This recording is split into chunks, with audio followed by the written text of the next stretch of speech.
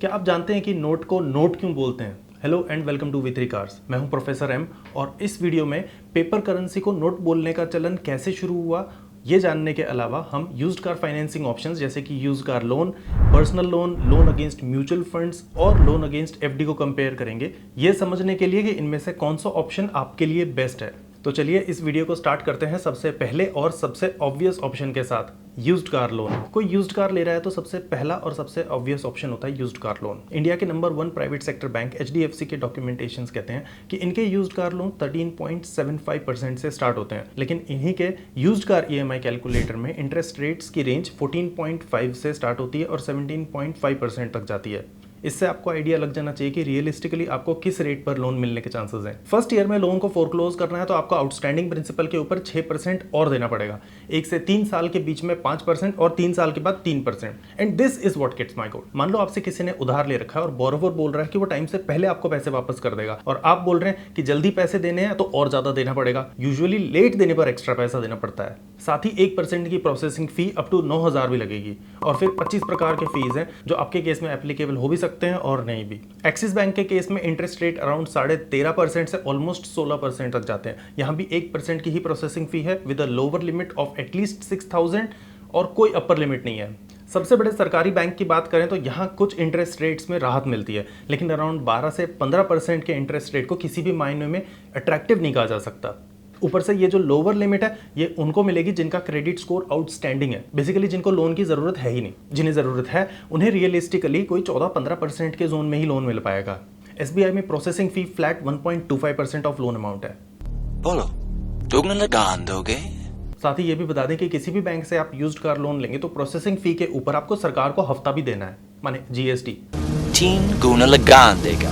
In most cases bank खुद गाड़ी को इवैल्यूएट करेंगे और इवैल्यूएशन के पैसे भी हमसे ही लेंगे। जो पैसे लेंगे उसके ऊपर लगान देना है। इवैल्यूएशन के बाद वो हमको बताएंगे कि हमें कितना लोन मिल सकता है और ये अमाउंट आपकी ज़रूरत से कम भी हो सकता है। फिर हाइपोथिकेशन के खर्चे, क्योंकि बैंक तो आखिर गाड़ी के अगेंस्ट ही लोन दे रहा है। लोन खत्म हो जाने पर हाइपोथिकेशन हटाने के खर्चे, खर्चे के ऊपर का लगान, कागजी कार्रवाई को सुलझाने की कसरत जो आपको या तो भागदौड़ करके करनी पड़ेगी या फिर घूस दे करके। अगर आपके पास म्यूचुअल फंड्स हैं और आप उनको प्रीमेच्योरली विड्रॉ करके गाड़ी लेने की सोच रहे हैं तो आपको लोन अगेंस्ट म्यूचुअल फंड के ऑप्शन को कंसिडर करना चाहिए। ऐसा हम क्यों कह रहे हैं उसको समझने के लिए कंपाउंडिंग का एग्जाम्पल लेते हैं। क्या आप सोच सकते हैं कि मात्र 12% के एनुअल रेट पर भी आपकी इन्वेस्टमेंट क्वार्टरली कंपाउंड हो तो 20 साल में 10 लाख का क्या बन जाएगा? 1,06,41,000। अगर 12 की जगह 15% के हिसाब से एस्टिमेट करें तो 1,90,13,000। कैलकुलेशन में सिर्फ 12 का 15% किया तो 84 लाख का डिफरेंस आ गया, वो भी सिर्फ 10 लाख के इनिशियल इन्वेस्टमेंट पर। क्या है ना, हमारे एजुकेशन सिस्टम में सिर्फ लीनियर मैथमेटिक्स सिखाया गया है और कंपाउंडिंग लीनियर नहीं होती। So our minds and brains cannot comprehend the impact of opportunity cost in compounding। अगर पिछले एग्जाम्पल में 12% एनुअल रिटर्न्स के साथ 20 साल की जगह 30 साल करते हैं तो 1,06,00,000 की जगह क्या रिजल्ट आएगा? हमारा लीनियर माइंडसेट हमको कहेगा कि इन्वेस्टमेंट ड्यूरेशन 50% इंक्रीज हो गई तो रिटर्न्स भी 50% इंक्रीज हो जाना चाहिए। कंपाउंडिंग है तो ज़्यादा से ज़्यादा 100% इंक्रीज हो जाएगा, माने 1,06,41,000 का 2,12,82,000। But the answer is 3,47,11,000। And mind you ये 12% वाले अजम्पशन पर है। 15% में क्या होगा ये आप खुद चेक करके देखना। और मैं यहाँ कोई अनरियलिस्टिक सी 40%, 50%, 100% एनुअल रिटर्न्स वाली अजम्पशन नहीं ले रहा हूँ। सारे मार्केट्स के अप्स एंड डाउन्स को फैक्टर करके एक नॉमिनल सा रियलिस्टिक सा ही अजम्पशन है हमारा। You see wealth creation requires discipline. One of the greatest investors late mister Charlie Munger इसको कहते थे sit on your ass investment strategy. अगर आपके पास सिर्फ 12 से 15% ईयरली रिटर्न्स देता हुआ भी एक म्यूचुअल फंड पोर्टफोलियो है तो एक गाड़ी जैसी डिप्रिशिएटिंग एसेट खरीदने के लिए उसकी कंपाउंडिंग को डिस्टर्ब नहीं करना चाहिए। आपकी गाड़ी की चॉइस आपकी वेल्थ क्रिएशन को कैसे और कितना अफेक्ट करती है ये समझने के लिए आप हमारी ये वीडियो और आर्टिकल देख सकते हैं। इनके लिंक्स डिस्क्रिप्शन में मिल जाएंगे। लोन अगेंस्ट म्यूचुअल फंड्स आपको टिपिकली 10.5% के इंटरेस्ट रेट पर मिल जाएगा, which is far less than a used car loan. ब्याज दर कम होने के साथ साथ इसमें पेपर वर्क जैसे कि गाड़ी की हाइपोथिकेशन और लेंडर द्वारा इंस्पेक्शन और वैल्यूएशन, प्रीपेमेंट पेनल्टी और कई प्रकार के फीस से छुटकारा मिल जाएगा। लोन अमाउंट की बात करें तो इक्विटी म्यूचुअल फंड के केस में आपको करंट पोर्टफोलियो वैल्यू का अप टू 50% और डेट म्यूचुअल फंड का up to 80% loan amount approve हो जाएगा। साथ ही ये लोन्स मोस्टली ओवरड्राफ्ट की तरह फंक्शन करते हैं और इनमें ईएमआई का कॉन्सेप्ट नहीं होता। माने एक बार आपने जो लोन अमाउंट अप्रूव करवा लिया, उसमें से जब जितनी ज़रूरत है उतना विड्रॉ कर लो, और जब पैसे वापस करने के लिए हो जाए तो उसको टुकड़ों में या एक साथ ब्याज सहित वापस कर दो। वैसे तो इसमें प्रोसेसिंग फी कम लगती है, but in most cases overdraft facility को मेंटेन करने के लिए एक एनुअल रिन्यूअल फी जरूर लगेगी। अगर आप थोड़े और कंजर्वेटिव इन्वेस्टर हो और म्यूचुअल फंड्स की जगह एफडी जैसे फिक्स्ड रिटर्न एसेट्स में इन्वेस्ट करना प्रेफर करते हैं, तो आपके लिए भी कुछ रिलीफ है। अपने बैंक से लोन अगेंस्ट एफडी लेकर आप गाड़ी ले सकते हैं। According to India's number 1 private bank HDFC, इसमें आपको एफडी के इंटरेस्ट रेट के ऊपर टिपिकली 2% का इंटरेस्ट रेट देना पड़ेगा। मानो 7% की एफडी चल रही है तो 9% के रेट पर लोन मिल जाएगा। और SBI इंडिया के नंबर 1 सरकारी बैंक से लोन लेना है तो एफडी के ऊपर सिर्फ 1% का एडिशनल इंटरेस्ट रेट लगेगा। Once again linear thinking suggest करती है कि 8-9% के लोन की जगह 7% की एफडी तोड़ना ज्यादा सेंसिबल होगा। आखिर 1-2% एक्स्ट्रा ब्याज भी क्यों देना, एफडी ही तोड़ लो। तो इसमें 3 मेजर नुकसान होंगे आपको। पहला ये कि आपको प्री मेच्योरली एफडी टर्मिनेट करने पर कुछ इंटरेस्ट रेट की पेनल्टी लगेगी और आपको पूरा अक्यूमुलेटेड इंटरेस्ट नहीं मिलेगा। दूसरा ये नुकसान है कि अगर आपने एफडी टैक्स सेविंग के लिए कर रखी है तो आपका वो बेनिफिट भी चला जाएगा। आपको इसमें 10% से 30% तक का नुकसान हो सकता है depending on your taxable income. अगर सेकंड पॉइंट आपके लिए रेलेवेंट नहीं है तो भी तीसरा पॉइंट तो आपको असर करेगा ही, यह है कंपाउंडिंग का loss. Here's an example. Let's say कि आपके पास 5 लाख की एफडी पड़ी हुई है जिस पर आपको 7% का इंटरेस्ट मिल रहा है। इसके अगेंस्ट आपने 4.5 लाख का लोन लिया है एट द रेट ऑफ 9%, जिसे आप 3 साल तक चुकाने की सोच रहे हैं। 5 साल में 5 लाख की एफडी 7% इंटरेस्ट और क्वार्टरली कंपाउंडिंग के साथ आपको 2,07,000 कमा कर देगी। इस पर हमने 4.5 लाख का लोन लिया है एट 9%, जिसको हम 3 साल तक EMI में पे कर रहे हैं। इसमें आपका सिर्फ 65,000 का ही टोटल इंटरेस्ट अक्यूमुलेट होगा। अब एफडी के 2,07,000 के रिटर्न्स में से 65,000 कम भी आएंगे तो आप 1,42,000 के नेट प्रॉफिट में हैं। यहाँ आप ये भी कह सकते हो कि एफडी 5 साल की है और लोन 3 साल का। फिर लोन अमाउंट और एफडी के प्रिंसिपल में भी 50,000 का डिफरेंस है। एफडी और लोन सेम ड्यूरेशन और सेम अमाउंट के हों तब भी 9% के EMI वाले लोन को 7% की FD with quarterly compounding easily हरा देगी। यकीन नहीं आता तो खुद चेक करके देख लो। एफडी के लिए आपको कंपाउंड इंटरेस्ट कैलकुलेटर यूज करना होगा और लोन के लिए EMI कैलकुलेटर।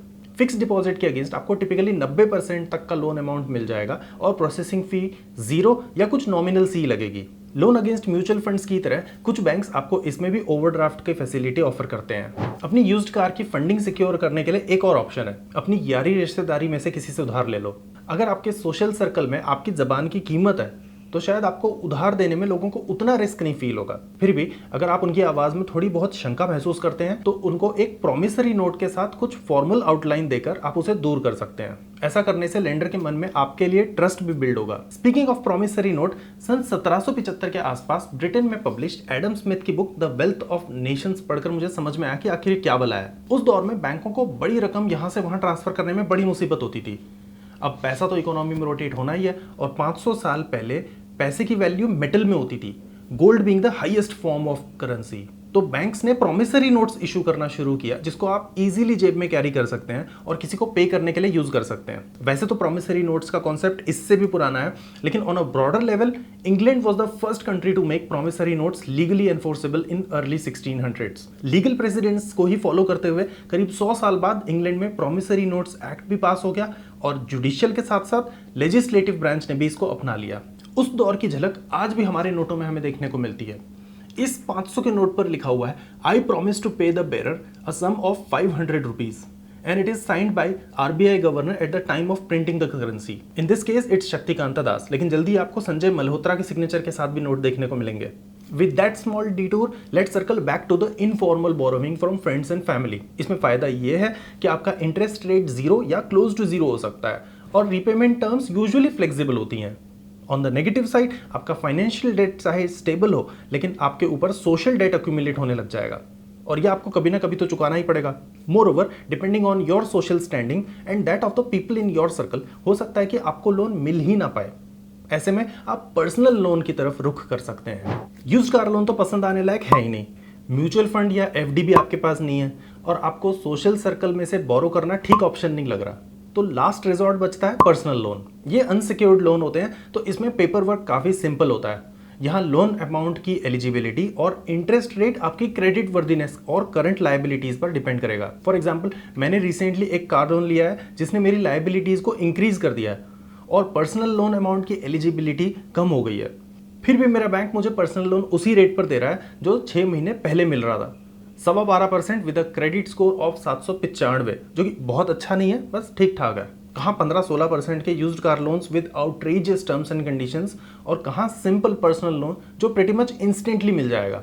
ऊपर से अगर क्रेडिट स्कोर अच्छा है तो आपको इंटरेस्ट रेट भी अच्छा मिल जाएगा। पर्सनल लोन ही ले रहे हैं तो बेस्ड ऑन योर एलिजिबिलिटी आप गाड़ी के अमाउंट से थोड़ा ज़्यादा लोन भी ले सकते हैं, जिसको आप कार के इंश्योरेंस, मैकेनिकली फिट या एक्सेसराइज करने में यूज़ कर सकते हैं। तो चलिए एक बार फटाफट इस वीडियो को रिकैप कर लेते हैं। यूज्ड कार को फाइनेंस करने के लिए अगर आप बैंक से यूज्ड कार लोन लेने की सोच रहे हैं तो शॉर्ट वर्जन ये है कि इससे बेकार कोई और ऑप्शन हो नहीं सकता। इसमें ब्याज काफी ज्यादा है, पैसे टाइम से पहले चुकाने के ऊपर भी भारी पेनल्टी है, लंबा चौड़ा पेपर वर्क है, 25 प्रकार के फीस होंगे जो आपको पे करने पड़ सकते हैं, और फिर गाड़ी के ऊपर हाइपोथिकेशन लगाने और हटाने के भी बड़े झंझट हैं। अब अगर आपके पास म्यूचुअल फंड्स पड़े हैं और आप उनको तोड़ करके गाड़ी लेने की सोच रहे हैं तो वो भी साउंड फाइनेंशियल डिसीजन नहीं है। उसको आप बिना छेड़छाड़ किए कंपाउंड होने दो और उसके अगेंस्ट लोन ले लो। क्रेडिट स्कोर इस केस में ज़्यादा रेलेवेंट नहीं होता है, तो इंटरेस्ट रेट टिपिकली 10.5 को मिल जाएगा with very low processing fee. ऐसे लोन्स के साथ लेंडर्स यूजुअली ओवरड्राफ्ट की फैसिलिटी भी ऑफर करते हैं।